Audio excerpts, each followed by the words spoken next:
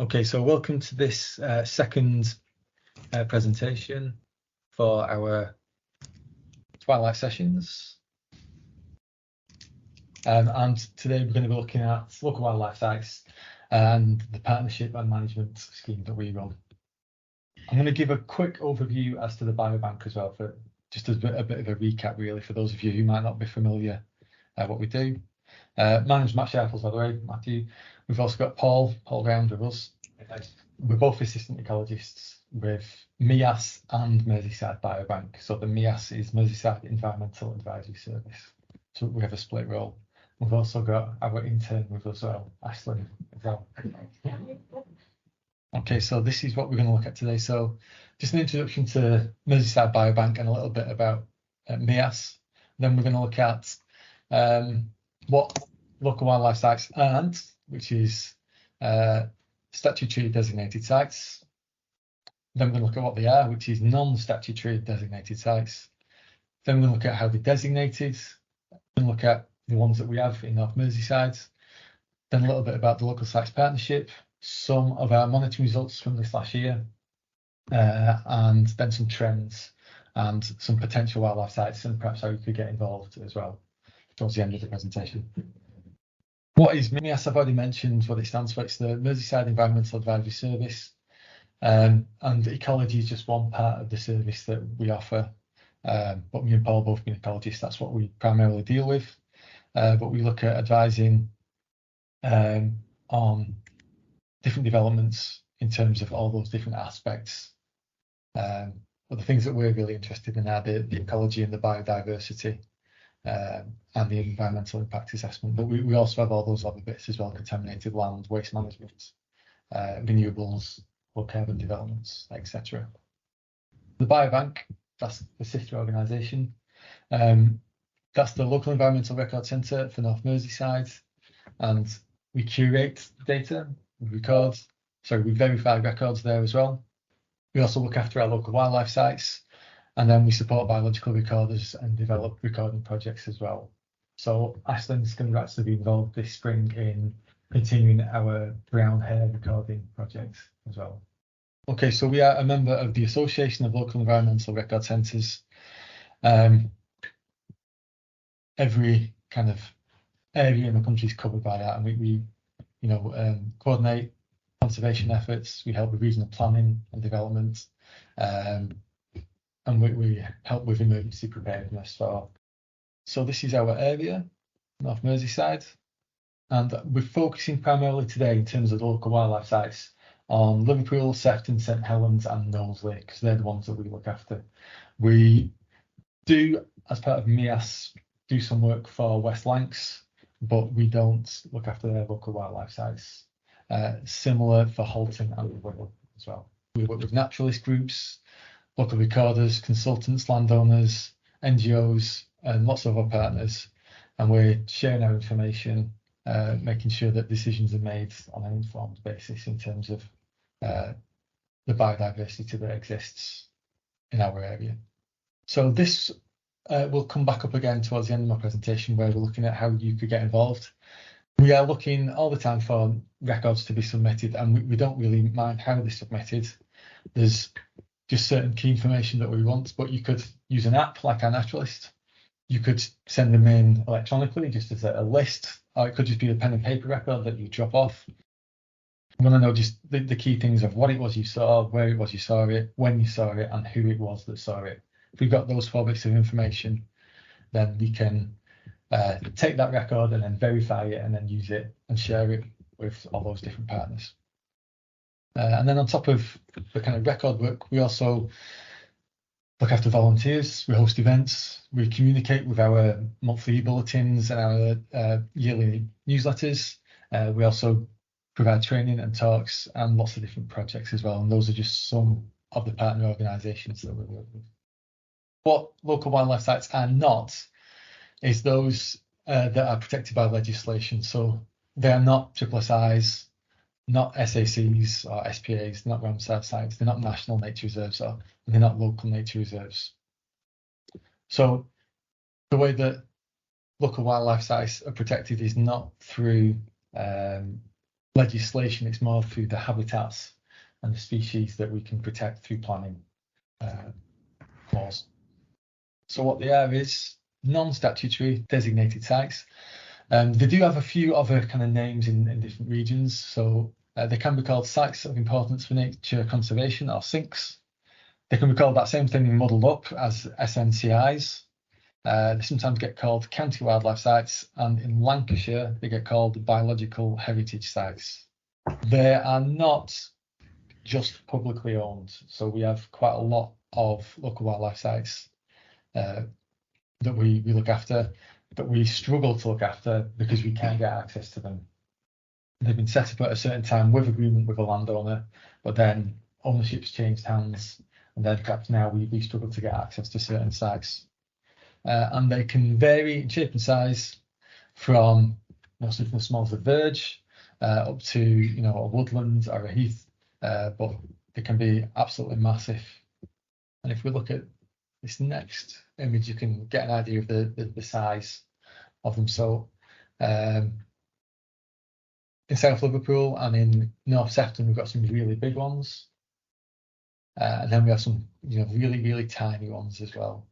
Some of them, I think, in Sefton there are a few verges that are designated just because of the flora that they support in those habitats. We've also got on there the numbers of local wildlife sites in those different areas.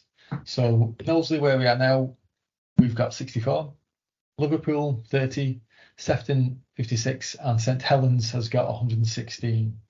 But you can see in terms of the coverage, the numbers kind of skew that idea, don't they? It's not as simple as how many you've got. Can I just ask you, does that go right up? Is that Southport at the top there? Yeah. Okay. Yeah. Is that you get my question all mixed up? So those 266 sites, have you got you will have them like what they are individually? Yeah, we've got a master spreadsheet with all the kind of proof references, the size of them, and then what they're designated for as well. Yeah. Okay. And I can show you where to access that. So this is quite a useful resource to use. If you just type in North Merseyside LSP, which stands for Local Sites Partnership, you should get this webpage. Now there is more to it than just the map. There's also a website that this map links off, but it's not the most user-friendly of maps, but it is good in lots of ways. So if you just pan around the map, you can look at the different sites, and then as you hover over them and click on them, it'll tell you what the site is called, and then you can also download the citation. So you can see what the site is designated for, what its features are, what flora and fauna are there. I just wanted to kind of highlight the imaginative nature of the names of some of these sites. So we've got one that's called the M6 Southbound, and you can probably guess where that's found. But they all are named very descriptively, such as the next one, Ash Lane Ditch and Hedge, and then Big Water Wood. I mean that's more well known around this kind of area. I just thought I'd focus in on one area for a little bit, just to give a bit more kind of detail. It's not the clearest image, but hopefully you can see the outline of Knowsley there, and the sites that are covered included in Knowsley. Anyone got any idea what the biggest one is in Knowsley Park? Yeah, Knowsley Park. So really large area. We actually struggle to access that because it's private land. We are hoping to survey it this year. Is that the safari parking? It is, yeah. Oh, Yeah. right. So obviously there's bits that you wouldn't be able to get into, but there's other parts as well. Okay, so these are the local wildlife sites we have in Knowsley in alphabetical order. We have these master spreadsheets, master databases that include this information plus lots and lots more. So when was it last surveyed? What was the condition of it when we surveyed it, etc. I thought it was useful just to show you some of the different designations that we have there. I'll just skip through these quite quickly, really. Sorry, because these are local wildlife sites, have you got the kind of autonomy really about what could go in there? Because you're writing, you're doing this, as opposed to like SSIs and stuff. That's like quite formal. There's still a formal process that we have to go through, and I'll get onto that in a minute. Oh, right, Yeah, okay. I'll come on to that. But yeah, I've got a few more listed there. So Knowsley Park, I've spoken about there. So interesting in terms of quite a few things, but also bats. We did some bat surveys there last year as well. And then I've missed it. We are currently in a local wildlife site as well. So Court Hay has got a section at the front that is a local wildlife site. That would have been on the first slide, wouldn't it? And some of these, I'll come back onto them in a minute. So in terms of new sites that we're looking at, or potential sites, some are extensions to sites that already exist as well. And that's what we're quite interested in. You're talking about how to designate it, basically. So how do we decide which sites we want to designate as local wildlife sites? So we have the local sites partnership, which is where we send out a call basically to all interested parties, everyone from local recorders through to local consultancies. We have representatives from the mammals group, representatives from bat groups, etc. And then we have guidelines for the different designations. So these were recently updated, and we've got updated guidance for amphibians and reptiles, odonata, and birds. And these make the first step in terms of getting a new local wildlife site designated. So the first thing that will happen is we identify the site based on those guidelines, and then someone will propose that. So that'll be sent in to the local sites partnership. We then have, struggling to see what I've written there. We have it assessed in-house by representatives at MEAS. They'll do a desk survey. We'll look at they'll do a desk study, then we'll do an on-site survey as well. We'll look at providing feedback to the proposer, and we'll also look at contacting the landowner, try and find out what the ownership is like there. We then provide feedback to the proposer, see if there's any revisions that are needed, check that everything's as it should be, and then we've got a draft proposal then, where we look to address the proposer's comments. We check and propose a site boundary, and then we'll liaise with the site owner as well.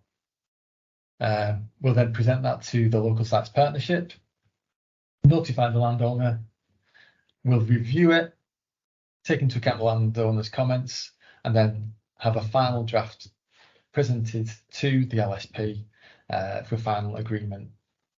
And then that will be shared with the local planning authority and be designated. It's quite a lengthy process.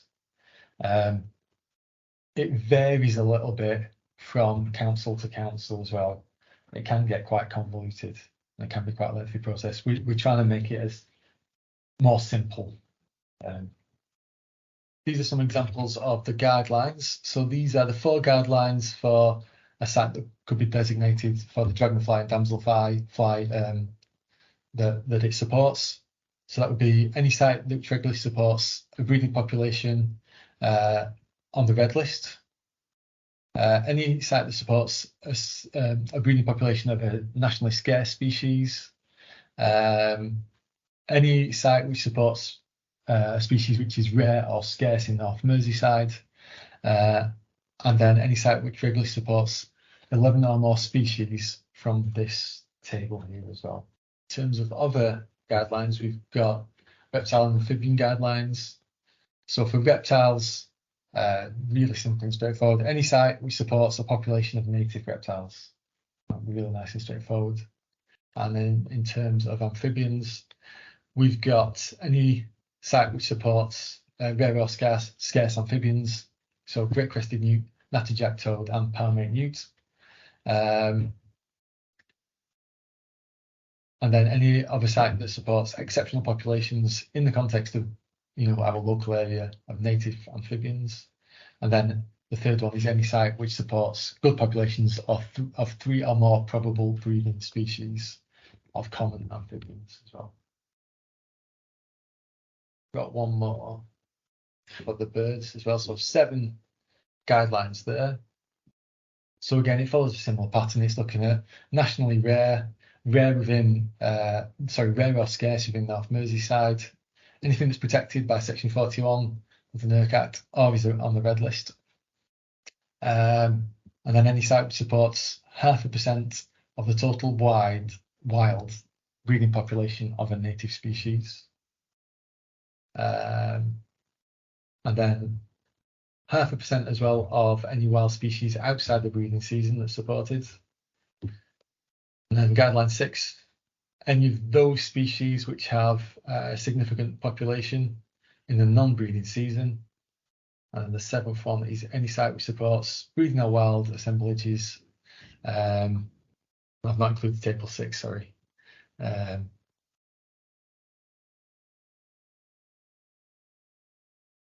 Yeah, so there's a bit of a calculation there to do for that one. But these are all available, these guidelines, on the LSD website as well, if you want to have a look at those later on. Okay, and then we had some guidance for bats as well, in conjunction with Merseyside and West Lancs Group. And that was looking at known roosts, potential roost opportunities, characteristics of built structures or trees, species known to be present in the locality, habitat features and geographical range, and then looking at local wildlife sites or potential wildlife sites in terms of connectivity. Those are just some of the guidelines. So moving on to the monitoring. So as the custodians of the local wildlife sites within our region in North Merseyside, we survey a minimum of 10% of our local wildlife sites per year. And in this last year, because it runs from April to April, from April 2023 up until now, we've currently surveyed 10.5% of our local wildlife sites. We will be doing a little bit more. We'll be trying to fill in some gaps of sites that we perhaps tried to get access to last year but didn't quite manage. So these will change before our annual report's published in the summer. So yeah, we kind of just over the threshold there. We didn't survey any sites in Liverpool this year because we weren't contracted to. That's as much as I know about that. But in other areas, we did 12.5% of Knowsley sites, 12.5% of Sefton sites, and 11.2% of St Helens sites. And these were the sites that we surveyed this year. So we did a lot in Knowsley of the Statmore's quadrants around the kind of, I was getting my numbers mixed up, the 57, 62 kind of area, crossover there. In Sefton, we had quite a range, so we did quite a few around Formby, and then some up in Southport as well, and then St Helens. So in terms of our results so far, in terms of the condition of the wildlife sites, in terms of their biodiversity, in terms of their ecology, we grade them as moderate, poor, or good. So 25% were poor, 25% were good, and 50% were moderate in their condition. I find that really interesting, given that the Guardian's just put out that 88% plus rivers are poor. It's encouraging that the green space is so much better. Yeah. 88% of the rivers is bad. Yeah. That's the sort of country really. Yeah. Poor. So it doesn't reflect. It doesn't reflect in the quality of the landscape around. Not necessarily as well. Not in terms of. Yeah. what we're looking at. No, No. it's not as simple. It'd be nice if you could say, publicly owned land is not responsible, but it's not as simple as that with local wildlife sites. So in terms of the management that our local wildlife sites currently have, this is not conservation management. This is just any type of management. So it is someone just looking after the park, making it easy to get into the park, perhaps cutting the grass, planting trees, perhaps managing some invasive species. But it's not necessarily always conducive to good conservation management. But we saw on 25 of the 28 sites that we surveyed that there was management going on. One of the sites we didn't assess because we were focusing on a pond within the site in terms of our monitoring. We were just looking at the grey-crested newt population or absence of a population. I wasn't actually present for that one. I gleaned that information from my colleague. But on a couple of sites, there was no evidence of management. In terms of positive conservation management, 47% had signs of that. So that would be sites where there's perhaps a relaxed mowing regime to encourage the wildflower areas on that site. 7% we saw some, but it wasn't applied uniformly across all sites. And in 46% of the sites, there wasn't any conservation management occurring. So this is useful for us to pass on to the council's green spaces team through our annual monitoring reports to then inform the conservation management that they could start to adopt for those sites to help improve those. And it's similar patterns to what we've seen in previous years. I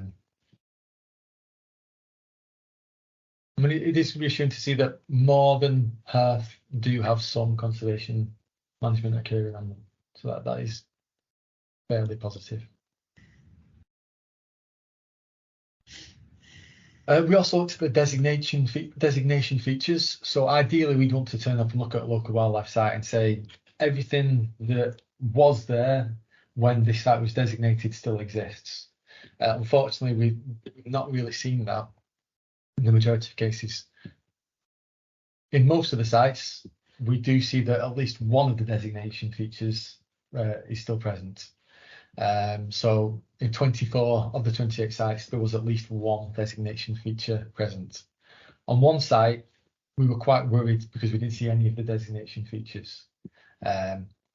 So that doesn't mean that we will think about removing the designation of a local wildlife site. It just means that we need to follow that up with the green spaces teams to get that improved. And then 5 sites had all their designation features recorded during that survey. Okay, so this one looks at the activities that we recorded on the sites during our survey. You can see the biggest kind of activity that's observed is walking and dog walking. And these are the numbers of sites where that occurred. These aren't percentages. So on 23 of the sites, we saw people walking. On 22 of the sites, there were people walking dogs. On 11 sites, we saw fly tipping. 8 sites, there was evidence of burning. 10 sites, we saw people cycling. 1 site, there was evidence of, motor scrambling. And then on 8 sites, there was evidence of grazing. We also recorded invasive species present. And on 22 of the 28 sites, there were invasive species present as well. And the invasive species were the things that you generally expect to see. So knotweed, balsam. There's quite a lot of Montbretia as well. They were the main kind of culprits. Okay, so moving on to potential local wildlife sites. These are the sites in Knowsley which we are looking to either newly form or extend on top of a current local wildlife site. Quite often we're looking at connectivity. So for example, the Mad Lane site that we're interested in proposing, part of the site is in Knowsley, part of it is in Liverpool, but it extends along the Riverwell corridor as well. So it's trying to get an area of connectivity kind of designated so that there's protection there for species which would be using that and using that connection corridor. We've got a bit of a key there as well, showing the colour coding. So we've got Tarbuck Hall is in progress. I was involved last year in some bat surveys. I went out 3 times doing bat surveys. It's quite complicated in terms of ownership. I think it's been parcelled off and there's some complex ownership. I think I don't know that much about the ownership, but it's owned by a company down the country. We're keen to get it designated, but we're not sure what kind of obstacles we might come across there. We've got some sites that have been proposed, but then we're lacking much more information other than a name, really. So we've got Quantum Colliery and land east of the M57 from Junction 4 to 5 of a snappy title. And then we've got another extension in terms of Millbrook Nedley. That's one we're quite keen on. We've got some good information from a really good botanist who's been doing some survey work there. Yeah, and then we've got the other ones where we're looking at doing some monitoring on them as well. So Hugo's Field, I think that's towards the M57 side of Cluxton Park there, and I think the Friends of Group proposed that as a memorial site, I think, from memory. Okay, we've got these ones in Sefton, some that we're looking to monitor, and then we've got some other extensions there as well. So Birkdale, in fact, Birkdale Common, I think, is that one that we've lost. But you've got River Alt, is that all of the River Alt, or some underground and some is... It'll be the bits that aren't, I think, already local wildlife sites. Visible bit? That's what we're going for. Okay. Yeah. St Helens, we've got some more on there. Okay, and then Liverpool ones. These are worth mentioning because Liverpool is going to update its local plan this year. So as part of that process, local wildlife sites are getting looked at. So we're hoping to get these sites designated within this year. So we're focusing on surveying these. So again, this is the other side of Mab Lane. Nedley Park and Woodlands Park, they kind of cross over with Millbrook as well. They're very close, just the other side of the boundary. And then the old flyover is an interesting one in the centre of town. It was a wildflower meadow. It was the Ukrainian meadow. But we're just looking at how possible it is to designate a kind of new site that's had new things put on it compared to a site that's existing and supports an existing population. And we're just not quite sure how to progress with that. There's different people on different sides of the fence, It's not controversial. It's just, just wondering whether or not we take that avenue or look at something that's got a bit more history. So what we're looking at, and this is a little bit brief, and there'll be some more information that we publish on this, is how we could get people to help us with the work we do. So we're looking for volunteers to help us with surveying of local wildlife sites that are publicly accessible, either completely or they have a footpath running close to them.